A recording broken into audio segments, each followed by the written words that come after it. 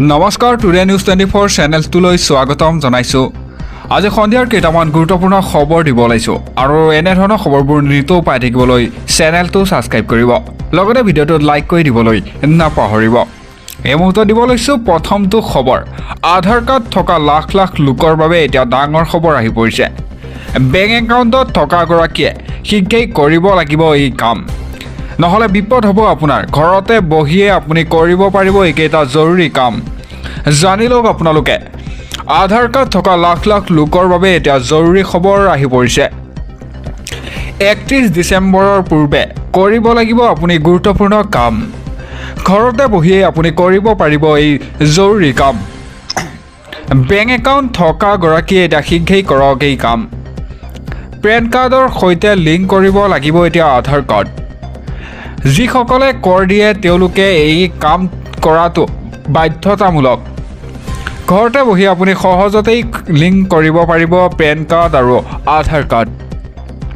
PAN card আধাৰ card link কৰিবলৈ আপুনি 5টা প্ৰক্ৰিয়াৰ মাজেৰে যাব লাগিব আপুনিও। এটা টেক্স ৰিফিলিং পৰ্টেলত গৈ www.incometax.gov.in যাব লাগিব। তাৰপিছত হোম পেজত গৈ কুইক লিংকছত অপশ্যনটোত আপুনি ক্লিক কৰক। ইয়াৰ পিছতেই লিংক আধাৰ ষ্টেটাছত গৈ আপোনাৰ পেন আধাৰ নম্বৰ সন্নিৱিষ্ট কৰক। লগতে পূৰ্বতেই যদি লিংক হৈ আছে, লিংক হৈ থকা বুলি মেছেজ আহিব। এটা লিংক হৈ নাথাকিলে লিংক আধাৰ অপশ্যনত ক্লিক কৰিব লাগিব আপুনিও। ইয়াৰ পিছতেই পেন কাৰ্ডৰ সৈতে লিংক হৈ পৰিব আপোনাৰ আধাৰ কাৰ্ড। আধাৰ কাৰ্ড থকা এতিয়া লাখ লাখ লোকৰ বাবে এই জৰুৰী খবৰ। শীঘ্ৰেই কৰি লওক, নহ'লে আপুনি বিপদত পৰিব পাৰে। দিব লৈছোঁ এই মুহূৰ্তত পৰৱৰ্তী খবৰ। 55 লাখ আহোমে এতিয়া বৰ্জন কৰিব বিজেপি চৰকাৰ। ৰাসৰ পিছতেই এতিয়া স্তব্ধ হৈ পৰিছে উজনি অসম। উজনিৰ 55 লাখ আহোমে থিয় দিব এতিয়া বিজেপিৰ বিৰুদ্ধে। 2024 নিৰ্বাচনত 55 লাখ আহোমে বৰ্জন কৰিব বিজেপিক। এটা ৰাস পূৰ্ণিমাৰ পিছত স্তব্ধ হৈ পৰিব উজনি অসম। আহোম মন্ত্ৰী থকাৰ পিছতো এটা আহোমক জনজাতি মৰ্যাদা দিব পৰা নাই। এটা জনজাতিকৰণৰ দাবীত শিৱসাগৰত এটা উত্তাল প্ৰতিবাদ আটাচুৰ। এটা প্ৰতিবাদস্থলীতেই আৰক্ষী আৰু প্ৰতিবাদকাৰীৰ মাজত এতিয়া খণ্ডযুদ্ধ। জনজাতিৰ মৰ্যাদা নাপালে এতিয়া সৰ্ববৃহৎ গণতান্ত্ৰিক আন্দোলনৰ হুংকাৰ দিছে আটাচু সংগঠনে। এটা বিজেপিৰ বিৰুদ্ধে লাখ লাখ আহোমে উজনি অসম কঁপাব বুলি গৰ্জন কৰিছে। এটা 6 জনগোষ্ঠীৰ জনজাতিকৰণৰ দাবীত এতিয়া শিৱসাগৰত গৰজি উঠিছে আটাচু। এটা উজনিৰ 55 লাখ আহোমে এতিয়া থিয় দিব বিজেপিৰ বিৰুদ্ধে। 2024 নিৰ্বাচনত 55 লাখ আহোমে বৰ্জন কৰিব এতিয়া বিজেপি চৰকাৰ। আৰু দিব লৈছোঁ এই মুহূৰ্তত পৰৱৰ্তী খবৰ। ৰাজ্যত অব্যাহত আছে বাল্য বিবাহৰ বিৰুদ্ধে আৰক্ষীৰ অভিযান। নাবালিকাৰ কিশোৰীৰ সৈতে পুত্ৰ বিবাহ কৰাই বিপদত পৰিছে এতিয়া পিতৃ জাকিৰ হুছেইন। আৰক্ষী জালত দৰাৰ পিতৃ জাকিৰ হুছেইন আৰু পেহীয়েক। ৰাজ্যত অব্যাহত এতিয়া বাল্য বিবাহৰ বিৰুদ্ধে আৰক্ষীৰ অভিযান। নাবালিকা কিশোৰীৰ সৈতে পুত্ৰ বিবাহ কৰাই বিপদত এতিয়া জাকিৰ হুছেইন। আৰক্ষীৰ জালত দৰাৰ পিতৃ জাকিৰ হুছেইন আৰু পেহীয়েক। এবছৰ পূৰ্বে পুত্ৰলৈ বিয়া কৰাইছিল এগৰাকী নাবালিকাৰ কিশোৰী। গোলকগঞ্জৰ আগমনীৰ জাপুৰ চাবাৰীত পুনৰ বাল্য বিবাহৰ ঘটনা। আগমনী আৰক্ষীয়ে এতিয়া আটক কৰিছে পিতৃ জাকিৰ আৰু পেহীয়েকক। দুয়োকে আটক কৰি আৰক্ষীয়ে প্ৰেৰণ কৰিছে স্বাস্থ্যৰ পৰীক্ষাৰ বাবে। স্বাস্থ্য পৰীক্ষাৰ অন্তত জাকিৰ আৰু পেহীয়েকক ধুবুৰী আদালতলৈ প্ৰেৰণ কৰে। এটা ৰাজ্যত অব্যাহত আছে বাল্য বিবাহৰ বিৰুদ্ধে আৰক্ষীৰ অভিযান। এই মুহূৰ্তত দিব লৈছোঁ পৰৱৰ্তী খবৰ। ৰাস উৎসৱৰ লটাৰী খেল অনুষ্ঠিত কৰা কমিটিসমূহলৈ এতিয়া বেয়া খবৰ আহি পৰিছে। ৰাস উৎসৱত লটাৰী খেল অনুষ্ঠিত কৰা কমিটিসমূহৰ বাবে বেয়া খবৰ। লটাৰী খেলক লৈ এতিয়া কঠোৰ হৈ পৰিছে স্থিতি গুৱাহাটী উচ্চ ন্যায়ালয়। ৰাস উৎসৱত কোনো পধ্যেই অনুষ্ঠিত কৰিব দিয়া নহ'ব লটাৰী খেল। এটা বিভিন্ন ৰাস কমিটিয়ে লটাৰীৰ অনুমতি বিচাৰি দাখিল কৰা আবেদন খাৰিজ কৰিছে। এটা উপহাৰ কুপন লাকি ড্ৰ অনুষ্ঠিত কৰা ক্ষেত্ৰত ন্যায়ালয়ে এতিয়া নিষেধাজ্ঞা জাৰি কৰিছে। নলবাৰী, পলাশবাৰী, হাউলিকে ধৰি বহু ঠাইত এইবাৰ নহ'ব লটাৰী। এবাৰ অনলাইন বা অফলাইন কোনো মাধ্যমেৰে পাতিব নোৱাৰিব লটাৰী খেল। এৰা ইতিমধ্যে সকলো ধৰণৰ লটাৰী নিষেধৰ ঘোষণা কৰিছে উচ্চ ন্যায়ালয়। এৰা অক্টোবৰত এই নিৰ্দেশনা জাৰি কৰিছিল গুৱাহাটী উচ্চ ন্যায়ালয়। ইয়াৰ পিছতো অনুমতি বিচাৰি একাংশই দাখিল কৰিছিল আবেদন। এটা সকলো আবেদন খাৰিজ কৰি গুৱাহাটী উচ্চ ন্যায়ালয়ে এই নিৰ্দেশনা জাৰি কৰিছে। আৰু এই মুহূৰ্তত দিব লৈছোঁ পৰৱৰ্তী খবৰ। মুখ্যমন্ত্ৰীয়ে কি কৰিবলৈ কৈছিল আৰক্ষীক, কিন্তু কি নিয়ম নামানি আৰক্ষীয়ে কৰিলে কি? নিৰীহৰ ওপৰত আৰক্ষীৰ অত্যাচাৰৰ অতীত হ'ব লাগিব বুলি মুখ্যমন্ত্ৰীয়ে দিছিল নিৰ্দেশ। ইয়াৰ পিছতেই এতিয়া কিমান কঠোৰ হ'ব হিমন্ত বিশ্ব শৰ্মা, তাক লৈ প্ৰশ্ন উত্থাপন হৈছে। দিব লৈছোঁ এটা ব্ৰেকিং নিউজ। আৰক্ষীৰ বৰ্বৰ কাণ্ডৰ পিছতেই এতিয়া চৰ্চাত মুখ্যমন্ত্ৰী হিমন্ত বিশ্ব শৰ্মাৰ ভাষণ।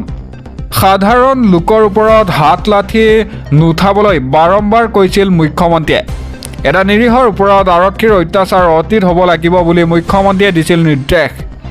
এটা অপৰাধীৰ বিৰুদ্ধে ব্যৱহাৰ হ'ব লাগে আৰক্ষীৰ লাঠি বন্দুক। কেতিয়াও দুখীয়াৰ দৰিদ্ৰৰ বিৰুদ্ধে ব্যৱহাৰ কৰিব নালাগে লাঠি। দক্ষ পুলিচ হ'বলৈ গৈ সাধাৰণ লোকক বেয়া ব্যৱহাৰ কৰিব নালাগে বুলি কৈছে হিমন্ত বিশ্ব শৰ্মাই। মই সকলো কথা মানি ল'ম, কিন্তু ব্যৱহাৰ বেয়া হ'লে মোৰ মনে কষ্ট পায় বুলি কৈছে। কোনো এজন অচিয়ে বেয়া ব্যৱহাৰ কৰিলে মোৰ গাত লাগে বুলি কৈছে হিমন্ত বিশ্ব শৰ্মাই।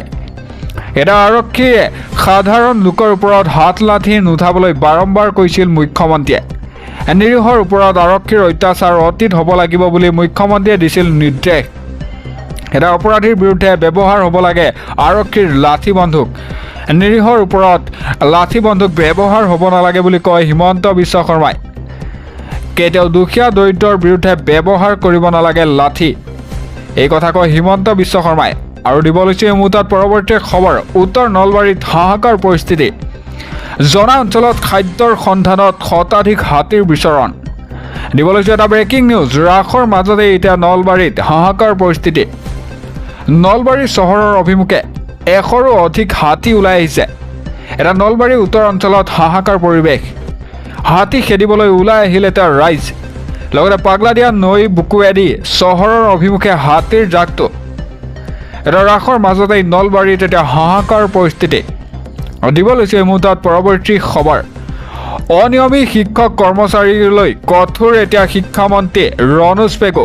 দৰমহা যদি লৈছে নিয়ম মানিবই লাগিব এতিয়া শিক্ষকে। কৰ্তন হ'ব পাৰে শিক্ষকৰ দৰমহা। শিক্ষা সেতু পৰ্টেলত শিক্ষকে সেৱাবিধি মানি চলিব লাগিব বুলি সকিয়নি দিছে এতিয়া শিক্ষামন্ত্ৰী ৰণোজ পেগু। শিক্ষকে যদি চৰকাৰী দৰমহা লৈছে তেন্তে নিয়ম মানিবই লাগিব। চাকৰি যদি কৰিছে নিৰ্দিষ্ট কিছুমান কাম কৰিব লাগিব। ৰাজ্য চৰকাৰৰ শিক্ষক কৰ্মচাৰীৰ সেৱা বিধি মানি চলিব লাগিব বুলি কৈছে শিক্ষামন্ত্ৰী ৰণোজ পেগুৱে। এটা শিক্ষাৰ সেতু পৰ্টেলত অনিয়মীয়া শিক্ষকৰ বিৰুদ্ধে ব্যৱস্থা ল'ব এতিয়া চৰকাৰে। এটা অনিয়মীয়া শিক্ষক কৰ্মচাৰীক লৈ কঠোৰ এতিয়া শিক্ষামন্ত্ৰী ৰণোজ পেগু। এটা শিক্ষা সেতু পৰ্টেলত শিক্ষকে সেৱাবিধি মানি চলিব লাগিব বুলি সকিয়নি দিছে শিক্ষামন্ত্ৰীয়ে। শিক্ষকে যদি চৰকাৰী দৰমহা লৈছে তেন্তে নিয়ম মানিবই লাগিব। চাকৰি যদি কৰিছে নিৰ্দিষ্ট কিছুমান কাম কৰিব লাগিব বুলি কৈছে শিক্ষামন্ত্ৰী ৰণোজ পেগুৱে। ৰাজ্য চৰকাৰৰ শিক্ষক কৰ্মচাৰীৰ সেৱা বিধি মানি চলিব লাগিব। আৰু দিব লৈছে এই মুহূৰ্তত পৰৱৰ্তী খবৰ। ই ৰিক্সা চালকৰ বাধ্যতামূলক হ'ব এতিয়া লাইচেন্স। দিব লৈছে এটা ব্ৰেকিং নিউজ। ই ৰিক্সা চালকসকললৈ এটা ডাঙৰ খবৰ আহি পৰিছে। এটা ব্ৰিগ আপডেট। সকলো ই ৰিক্সা চালকে লাইচেন্স থকাটো বাধ্যতামূলক হৈ পৰিব। এটা অন্যথা ভৰিবলগীয়া হ'ব পাৰে বৃহৎ জৰিমনা। দিনক দিনে বৃদ্ধি পাইছে ই ৰিক্সাৰ অটপালি। ই ৰিক্সা চালকৰ অটপালি ৰুধিবলৈ পৰিবহণ বিভাগৰ তীক্ষ্ণ নজৰ। তাৰ মাজতে এতিয়া পৰিবহণ বিভাগে হাতত লৈছে বিশেষ পদক্ষেপ। ই ৰিক্সা চলোৱাৰ ক্ষেত্ৰত বিনামূলীয়াকৈ প্ৰদান কৰিব প্ৰশিক্ষণ। লগতে ই ৰিক্সা চালকে তাৎক্ষণিকভাৱে কেনেকৈ ড্ৰাইভিং লাইচেন্স উলিয়াব লাগিব জানি লওক। প্ৰশিক্ষণৰ অন্তত ই ৰিক্সা চালকক দিব লাইচেন্স উলিওৱাৰ সম্যক জ্ঞান। 18 নৱেম্বৰৰ পৰা 30 নৱেম্বৰলৈকে হ'ব এই বিশেষ কাৰ্যসূচী। এটা পৰিবহণৰ বিশেষ কৰ্তব্যৰত বিষয়া গৌতম দাসে জনালে এই কথা। অধিক জানিবলৈ আপোনালোকে যোগাযোগ কৰিব পাৰে 9706014888 নম্বৰত।